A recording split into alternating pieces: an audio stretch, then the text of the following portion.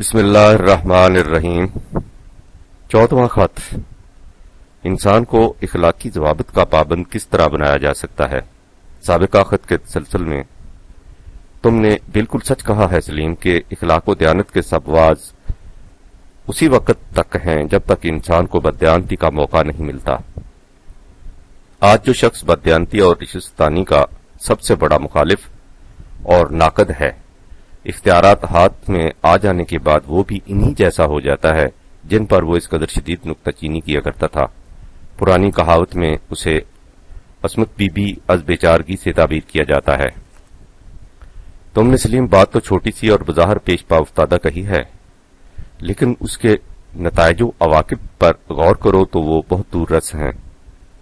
ساری دنیا کے انسانوں پر غور کرو، کوئی قوم حتیٰ کہ کوئی فرد ایسا نہ ملے گا جو یہ کہتا ہو کہ جھوٹ بولنا اچھا ہے، چوری ضرور کرنی چاہیے، لوگوں پر ظلم کرنا، دوسروں کا حق دبا لینا، غریبوں کو ستانا نہایت مستحسن کام ہے۔ کوئی شخص یہ نہیں کہے گا، لیکن اس کے باوجود دنیا میں ہر جگہ ہوتا یہی دکھائی دے گا۔ دنیا کی تاریخ پر غور کرو، ساری تاریخ اسی تضاد قول و عمل سے بھری پڑی ہے۔ انسان نے ہمیشہ اخلاقی ضوابط کی تعریف کی ہے، لیکن عمل اس کے خلاف کیا۔ یہی کچھ شروع سے ہوتا چلا آیا ہے، یہی آج ہو رہا ہے۔ اخلاقیات کے لیے کسی واعظ کی ضرورت نہیں، اس لیے کہ جس بات کو ہر شخص از خود مان رہا ہے، جسے وہ بلا دلیل و برہان صحیح تسلیم کر رہا ہے، اس کے لیے اسے واعظ و نصیحت کی کیا ضرورت ہے؟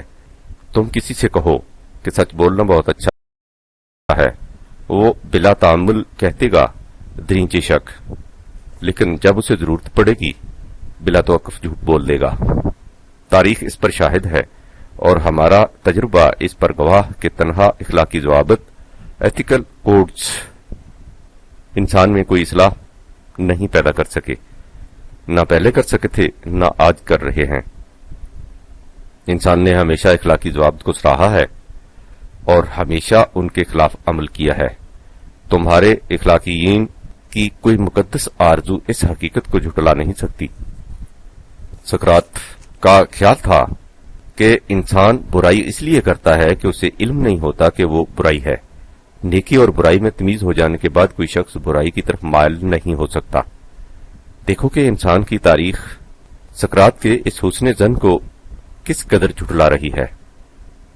کسے معلوم نہیں کہ جھوٹ برا ہے اور سچ اچھا، لیکن اس تمیز کے بعد کتنے ہیں جو جھوٹ سے اجتناب کرتے ہیں اور سچ کا التزام۔ میں یہ لکھ رہا ہوں اور تمہارے تبسم زیر لب کو بھی کنکھیوں سے دیکھتا جا رہا ہوں، جو تمہارے ان خیالات کی غمبازی کر رہا ہے کہ اس سے معلوم ہوا کہ انسان کی فطرت ہی بدواقع ہوئی ہے۔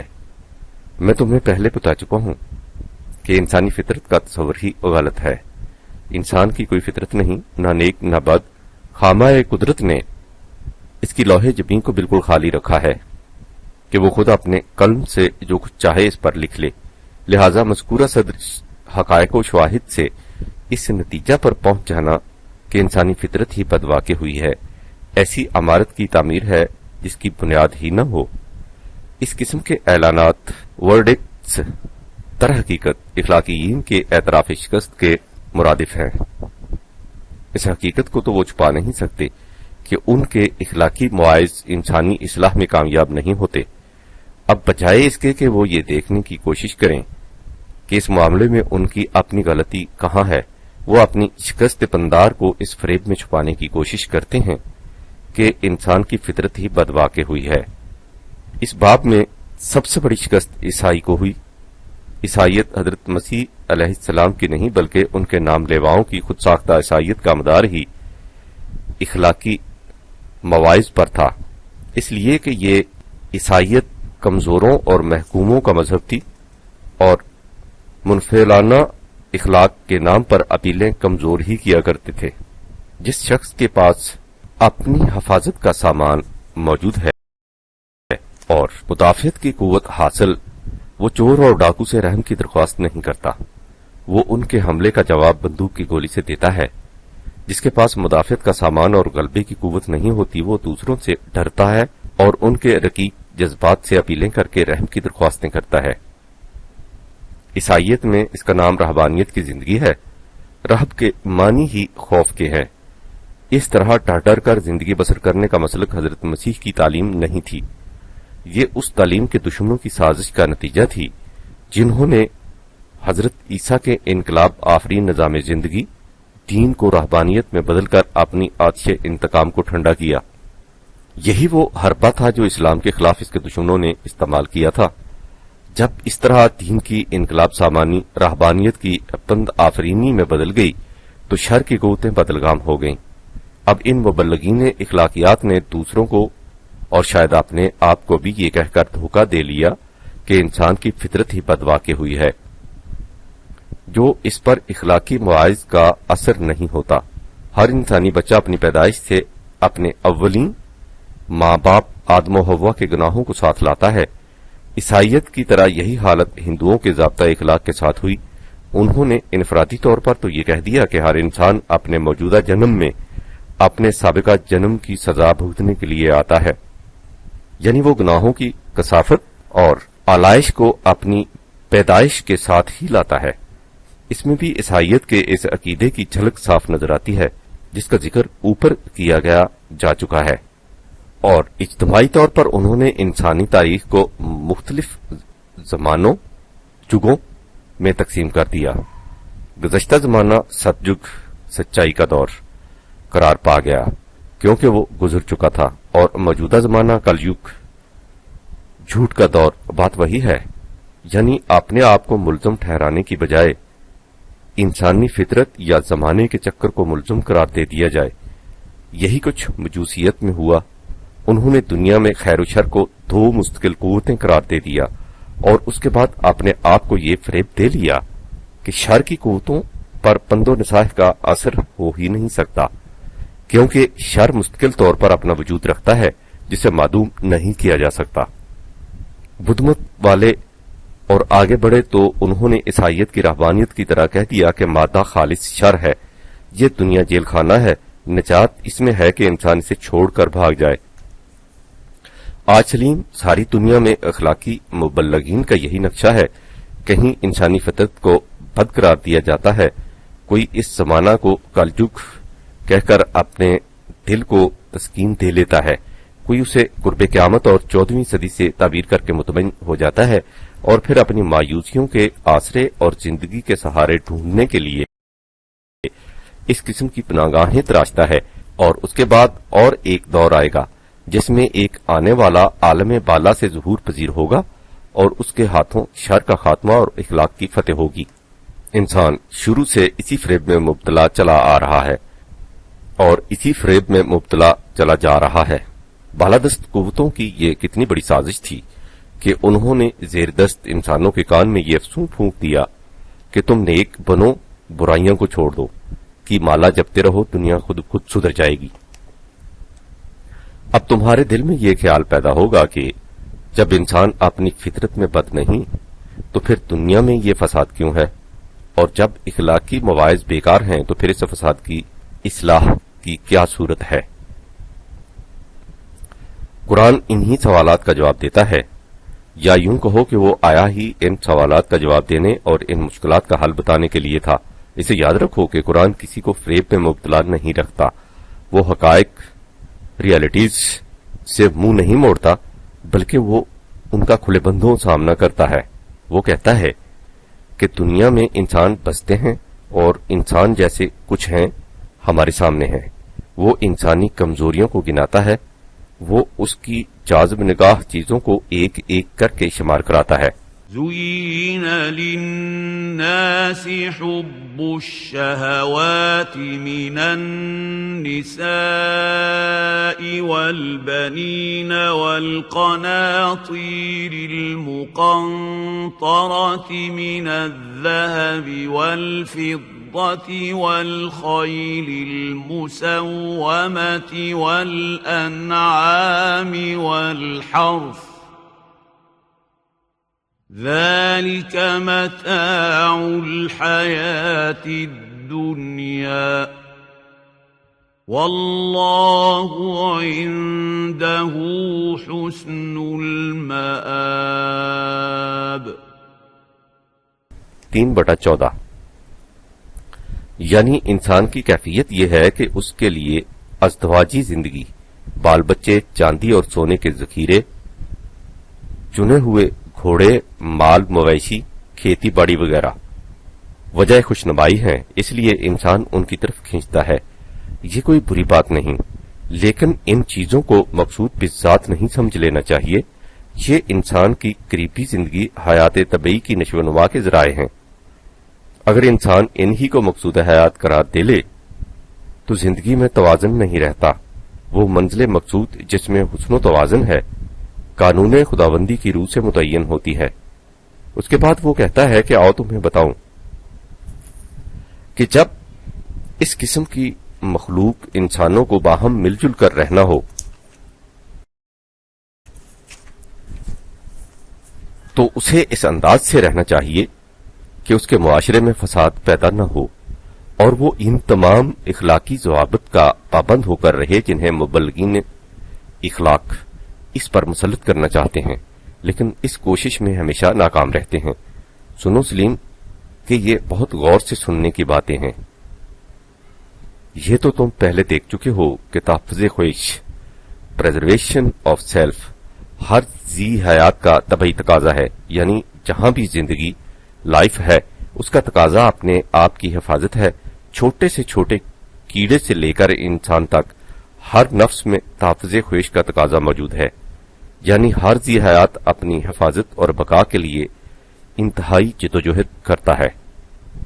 حیوانات کی سطح تک یہ تقاضا جبلی طور پر بائی انسٹنٹ پورا ہوتا رہتا ہے، لیکن انسان کی دنیا میں جبلت سے آگے عقل بھی ساتھ آ جاتی ہے، یعنی انسانی زندگی میں تحفظ خواہش عقل کا فریضہ ہے۔ وہ معمور ہی اس لیے ہے کہ وہ اس فرد کا تحفظ کرے جس کی وہ عقل ہے۔ میری عقل میری حفاظت چاہے گی، آپ کی عقل آپ کا تحفظ، یعنی ہر فرد کی عقل اس فرد کی حفاظت چاہے گی، اسے کسی دوسرے فرد کی حفاظت سے سروکار نہیں۔ یہ چیز اس کی ذمہ داری سے باہر ہے۔ اس کا نام انفرادی زندگی ہے، یعنی ہر فرد کی الگ الگ زندگی۔ یہ ہوئی پہلی بات۔ اب دوسری بات یہ دیکھنی ہے کہ عقل اپنے اس فریضے کی ادائیگی کے لیے کرتی کیا ہے۔ اس نقطے کی وضاحت کے لیے شروع میں ذرا فنی سی بات بیان کرنی ناگزیر ہے۔ اس سے اکتا نہ جانا، غور سے سننا، کیونکہ آگے چل کر اسی سے تمہاری بات کا جواب سامنے آ جائے گا۔ اس کائنات کو طبعیاتی دنیا، فزیکل یونیورس کہتے ہیں۔ طبعیاتی کا مطلب عام فہم میں یوں سمجھو کہ جو چیزیں انسان کے دائرہ حواس سینسز میں آ جائیں انہیں طبعیاتی فزیکل کہا جاتا ہے۔ 19ویں صدی تک کی سائنس یہیں تک پہنچی تھی۔ اب سائنس کے مزید انکشافات نے یہ بتایا ہے کہ کائنات کی کوئی شے طبعیاتی فزیکل ہے ہی نہیں، ہر شے ماورات طبعیاتی سپر فزیکل ہے۔ جب کوئی ماورات طبعیاتی عنصر اتنا ہیولا ماس اکٹھا کر لے کہ وہ محسوس پرسپچوبل ہو جائے تو اسے طبعیاتی فزیکل کہہ دیتے ہیں۔ اس مفہوم کو اگر میں انگریزی کے ایک فقرے میں لکھ دوں تو تم زیادہ آسانی سے سمجھ جاؤ گے۔ When superphysical gather so much mass that it becomes perceptible by our sensory organs, it is called physical. لہذا اس محسوسات کی دنیا میں کسی شے کے وجود ایگزسٹنس کے معنی یہ ہے کہ وہ ہیولا اکٹھا کر لے اور پھر اسے یکجا انٹیگریٹ رکھے۔ انگریزی فقرے میں یوں سمجھو کہ physical existence means gathering of mass and keeping it integrate. عقل انسانی نے یہی سیکھا ہے کہ فرد کی ہستی ایگزسٹنس کو قائم رکھنے کا ایک ہی طریقہ ہے، جامع کلیکٹنگ اور گیدرنگ ماس، فا او آ ود ہولڈنگ اور کیپنگ اٹ انٹیگریٹ، جمع کرنا اور پھر اسے سمیٹ کر رکھنا۔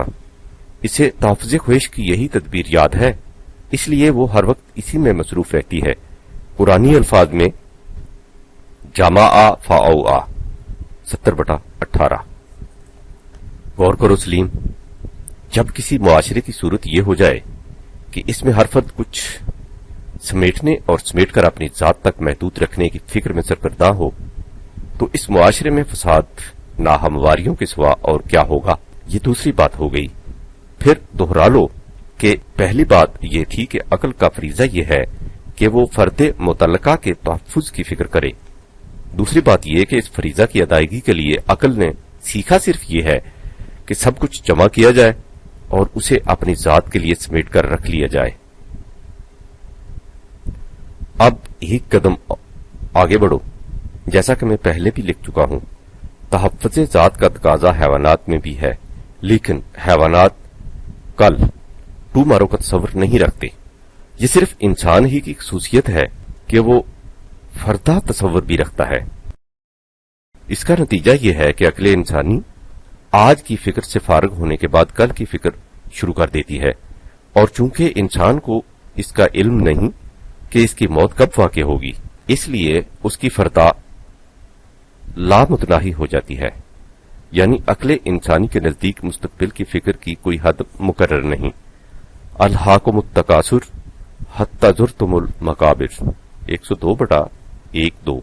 بڑھاپے میں انسان کو محسوس ہونے لگتا ہے کہ اس کی موت قریب آ رہی ہے۔ اس سے امکان تھا کہ انسانی عقل اپنے مستقبل کی فکر کو مختصر کر دے، لیکن یہاں اسے اولاد کی فکر دامنگیر ہو جاتی ہے۔ میں نے تمہیں بتایا تھا سلیم کہ جب ابلیس نے آدم کو یہ کہہ کر بہکایا تھا کہ آؤ بتاؤں کہ حیات خلد ہمیشہ کی زندگی کا راز کیا ہے، تو اس نے اس کا ذریعہ اولاد ہی بتایا تھا، یعنی انسان اپنی موت کے بعد اپنی اولاد کی شکل میں زندہ رہنے کی ہوس رکھتا ہے، لہذا تحفظ خواہش کے بعد اولاد کے تحفظ کی فکر اس کا دامن پکڑ لیتی ہے، اور اس طرح یہ سلسلہ لامتناہی ہوتا چلا جاتا ہے۔ حیوانات میں نہ کل کا تصور ہوتا ہے اور نہ ہی کچھ وقت کے بعد اولاد کی فکر، لہذا ان کی انفرادی زندگی ان کی ذات تک محدود ہوتی ہے، لیکن انسان اپنے بعد اپنی اولاد کے لیے زیادہ جمع کرنے اور اسے سمیٹ کر رکھنے میں مصروف ہو جاتا ہے، اور اس طرح جمع فاوا کا سلسلہ لامتناہی ہو جاتا ہے۔ یہ تیسری بات ہو گئی، یعنی تحفظ خواہش عقل کا تقاضا ہے۔ عقل نے تحفظ خواہش کے لیے سیکھا ہی یہ ہے کہ زیادہ سے زیادہ جمع کیا جائے اور اسے سمیٹ کر رکھا جائے، اور یہ سلسلہ ایک فرد کی اپنی زندگی تک ہی محدود نہیں رہتا، بلکہ وہ اپنی اولاد کی فکر میں غلطاؤں پیچا رہتا ہے۔ اب سوچو سلیم، جب عقل انسانی کا فریضہ ہی یہ ہو کہ وہ سب کچھ فرد متعلقہ کے لیے جمع کرے اور اسے سمیٹ کر رکھے، تو وہ کسی کے کہنے پر اپنے اس فریضے کو چھوڑ کیسے سکتی ہے؟ یہی وجہ ہے کہ ہر فرد اخلاقی ضوابط کا اقرار کرنے کے باوجود موقع ملنے پر اخلاقیات کو بالائے طاق رکھ کر وہی کچھ کرنے لگ جاتا ہے جو دیگر افراد کر رہے ہوتے ہیں۔ عقل کا تقاضا ہی یہی ہے کہ وہ یہ کچھ کرے۔ اخلاقی اصولوں کا اقرار اس تقاضے کو روک نہیں سکتا۔ یہی وجہ ہے کہ خالی اخلاقی مواعظ انسان کو ضابطۂ اخلاق کا پابند بنانے میں کامیاب نہیں ہو سکتے۔ اسے سن رکھو سلیم کہ کوئی شخص تنہا عقل کی روح سے اس سوال کا جواب نہیں دے سکتا کہ اسے غریب کی مدد کیوں کرنی چاہیے۔ جیسا کہ اوپر لکھا جا چکا ہے، دوسرے کی مدد کرنا عقل کے احاطے سے باہر کی چیز ہے، باہر ہی کی نہیں بلکہ یہ چیز اس کے تقاضے کے خلاف اور اس کے فریضے کی نقیض ہے۔ عقل صرف اپنے فرد کے مفاد کا تحفظ کر سکتی ہے، اسے دوسرے افراد کے مفاد کے تحفظ سے کچھ واسطہ نہیں ہو سکتا۔ عقل کی دلیل صرف اپنے مفاد تک محدود رہتی ہے۔ تمہیں یاد ہے سلیم، جب تم نے راشد سے کہا تھا کہ تم نے جھوٹ کیوں بولا، تو اس نے کیا جواب دیا تھا؟ اس نے کہا تھا کہ مجھے جھوٹ بولنے سے کیا فائدہ تھا۔ یہ جواب ارشد ہی کا نہیں، تم صبح سے شام تک لوگوں کو یہی کہتے سنو گے، میں جھوٹ کیوں بولوں، مجھے جھوٹ بولنے سے کیا حاصل ہوگا، مجھے کیا ضرورت تھی جو میں جھوٹ بولتا، میں غلط بیانی کیوں کرتا، اس سے مجھے کیا مل جاتا۔ یہاں تک کہ اگر تم عدالت میں یہ کہو کہ فلاں شخص نے جھوٹ بولا ہے، تو اس کے بعد تمہیں یہ بھی بتانا پڑتا ہے کہ جھوٹ بولنے سے اس کا فائدہ کیا تھا۔ تم نے دیکھا سلیم کہ عقل کے پاس کیوں کا کیا جواب ہے؟